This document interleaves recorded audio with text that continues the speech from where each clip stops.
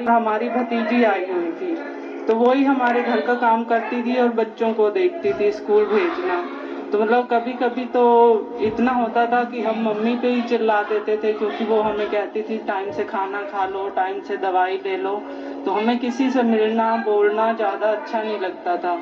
तो मतलब उसके बाद फिर क्या हुआ, उन्होंने बताया कि आपकी हड्डियाँ कमज़ोर हो गई हैं। तो हड्डियाँ कमज़ोर हुई तो हम मतलब घर में ही जब टॉयलेट के लिए जा रहे थे तो 1 फीट ऊंची दीवार है, सीढ़ी चढ़ना होता है ऊपर। तो जैसे ही चढ़े ये पैर में फ्रैक्चर हो गया, गिर गए फिसल के। 1 फीट ऊंची में फ्रैक्चर, और मतलब 9 जगह से, एक पैर में यहाँ से लेके यहाँ तक 9 जगह पे फ्रैक्चर हो गया। और पैर की ये भी मतलब प्लेट टूट गई। तो डॉक्टर साहब ने देखा, जैसे ही उनके पास लेके गए तो बोले कि ये प्लेट तो टूटती नहीं है, कागज की तरह पतली होती है लेकिन मजबूत बहुत होती है।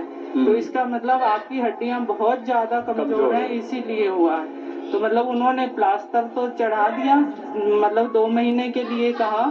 तो मतलब बिल्कुल रेस्ट बताया कि आप चले फिरेंगे नहीं, बिल्कुल नहीं। तो उसके बाद उन्होंने दवाइयाँ दी हमें कि आप दवाइयाँ खाइए, आप में ये कमी हो, विटामिन की कमी है, कैल्शियम की कमी है, ये सब दवाइयाँ दी उन्होंने। तो 20 दिन बाद हमें अटैक आ गया। 20 दिन अभी हुए थे हमारे पैर टूटे हुए, तो हमें अटैक हो गया। एक के बाद दूसरी समस्या, माने परिवार में 5 मौतों से लेकर के अपने शरीर में एक के बाद दूसरा कष्ट, कष्ट पर कष्ट। और मतलब इतना ज्यादा अटैक का मतलब दर्द उठा था कि मैं इतनी तेज चिल्ला रही थी कि गांव के लोग इकट्ठा, हमारे घर में भीड़ इकट्ठा हो गई थी, इन्हें क्या हो गया है। मतलब हमारी मम्मी थी घर पे, और फिर हमारे एक डॉक्टर हैं मुसेरे भैया, उन्हें बुलाया गया। हमारे भैया भी एलोपैथिक के डॉक्टर हैं, लेकिन वो मानते बाबा जी को हैं। तो उन्होंने ये जो सात्विक डॉक्टर है वो तो मानते।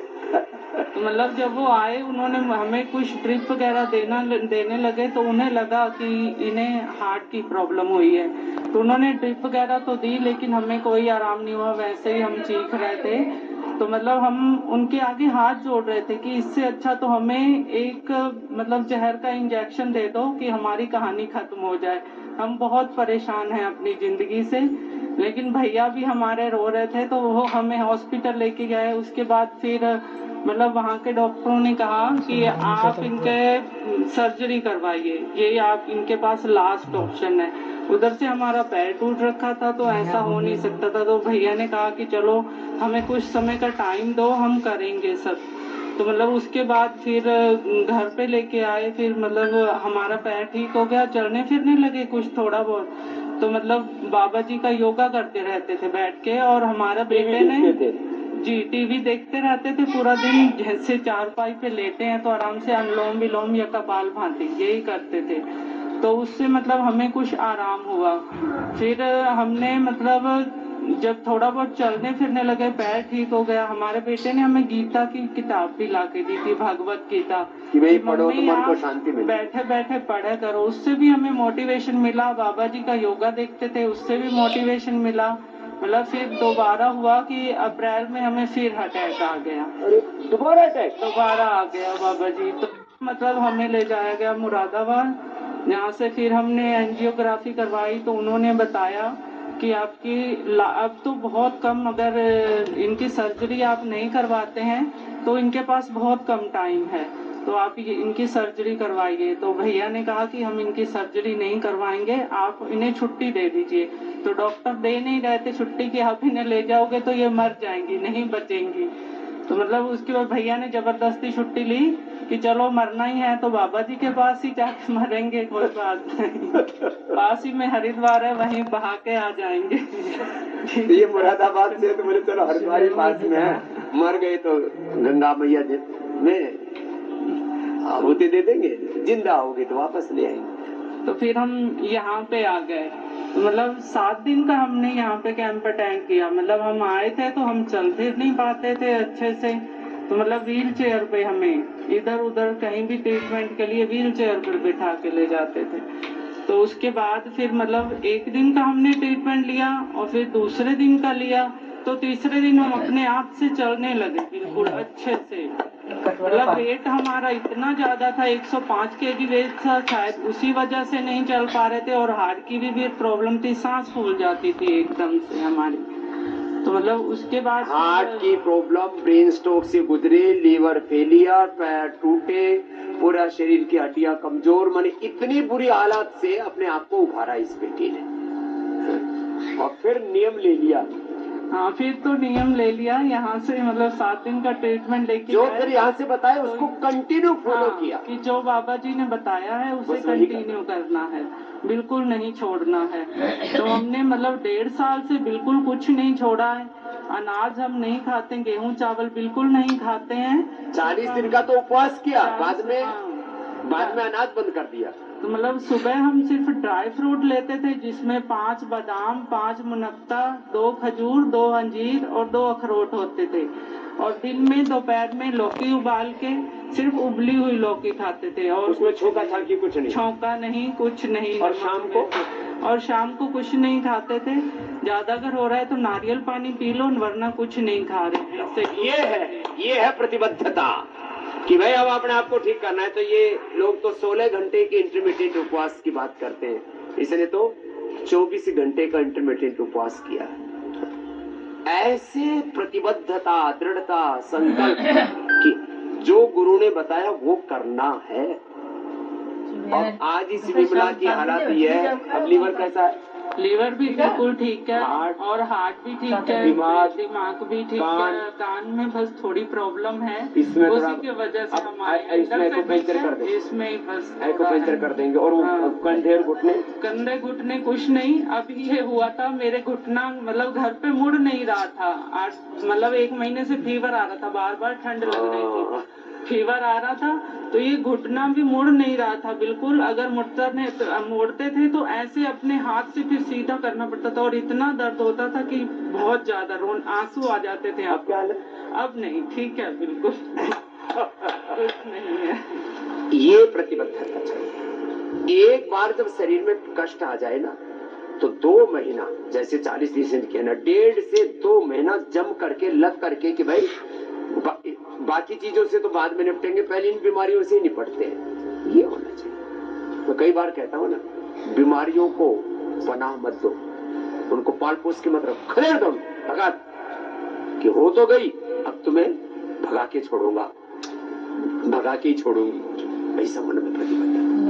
तो ये विमला का ये जो बात है ना, ये सब में आ जाए ना, तो मैं विमला की बात नहीं कर रहा हूँ, मैं सारी दुनिया को 2 महीने में पूरा ठीक कर सकता हूँ, पूरी दुनिया को 2 महीने में। मान तो लो भाई, 2 महीने तो मान, जिंदगी पड़ी है जीने के लिए, करने के लिए, खाने पीने के लिए, करना पड़ेगा।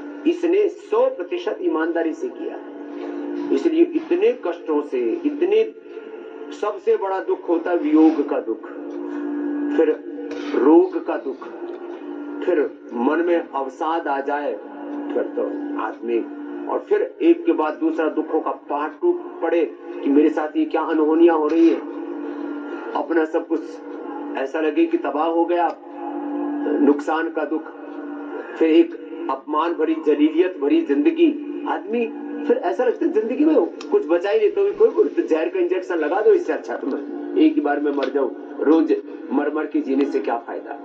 लेकिन हौसला रखो तो विमला की तरह आप भी सब रोगों पर विजय पा सकते हो। इसलिए मैंने इसको पतंजलि बहन से आज इधर बुलाया कि हौसला रखो।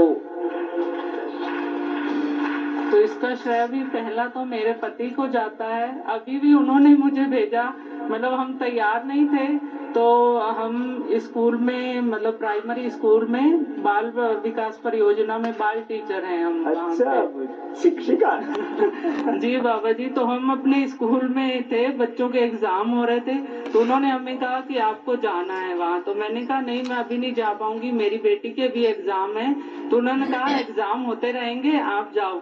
तो 1 घंटे में मुझे तैयार किया, तुरंत कहा, बेटे से कहा कि अपनी मम्मी को छोड़ के आओ, तो वो छोड़ के गए, हमारे पति ने उन्हें भेजा। तो मतलब परिवार का सपोर्ट तो चाहिए। देखो, जब कोई कष्ट आता है ना, माता पिता, अब देखो ना इसकी माँ, और दूसरी कौन आ गई थी घर में? हमारी भतीजी। माँ भतीजी जब कष्ट में पड़ी है, ये भी भारत में ही है कि परिवार को, बच्चों को संभालने के लिए माँ अपनी बेटी को संभालने के लिए आ जाती है। ये पूरी दुनिया में कहीं नहीं होता। जी बाबा जी, होता है। लोग तो मतलब माँ बाप की सेवा करते हैं, लेकिन हमने अपनी माँ से सेवा करवाई है, उसका हमें बहुत दुख होता है। लेकिन हम उन पलों को कभी भी याद नहीं करना चाहते जो हमने बिताए हैं। खास करके जो हमने डिप्रेशन में बिताया टाइम, वो बहुत ज्यादा मतलब दुखदायी था। हमारी बेटी बहुत छोटी थी, तो मतलब हम मम्मी से यही कहते थे, जैसे अभी कहा कि हमें जहर का इंजेक्शन लगवा दो, हम ऐसी पीड़ा नहीं सह सकते। तो मतलब मम्मी कहती थी कि अपनी बेटी की तरफ तो देख, जिसे तूने मांग के लिया है बहुत मुश्किलों से। 2 बड़े बेटे हैं हमारे, फिर बेटी है। बेटा बड़ा वाला 19 साल का है, छोटा बेटा 17 साल का है, और बेटी अभी 9 साल की है। तो ऐसे माँ बाप के लिए भी धन्यवाद, और ऐसे माँ बाप भगवान सबको दे, और हम भी उन माँ बाप को कम से कम, अब तो हो गया है तो हम माँ बाप को कष्ट ना दे। आपको कष्ट होगा तो माँ बाप को दुख होता है, परिवार को दुख होता है। आपको रोगी दुखी देख करके बच्चों की आंखों में आंसू होते हैं। तो हमारे मन का तो एक ही संकल्प है कि हम किसी के भी आंखों में ये दुख, दर्द, वेदना, पीड़ा के आंसू नहीं देखना चाहते। और ऐसी लाखों करोड़ों लोगों के आंखों के आंसू पूछने के लिए भगवान ने हमको धरती पर जन्म दिया। चल गए। तो ये सारी रिपोर्ट के साथ, ये तो एक केस हिस्ट्री है पूरी दुनिया में। ऐसे ये चीजें केवल योग, आयुर्वेद और नेचुरोपैथी से हो सकती है। हौसला रखो, जिंदगी भगवान ने बख्शी है।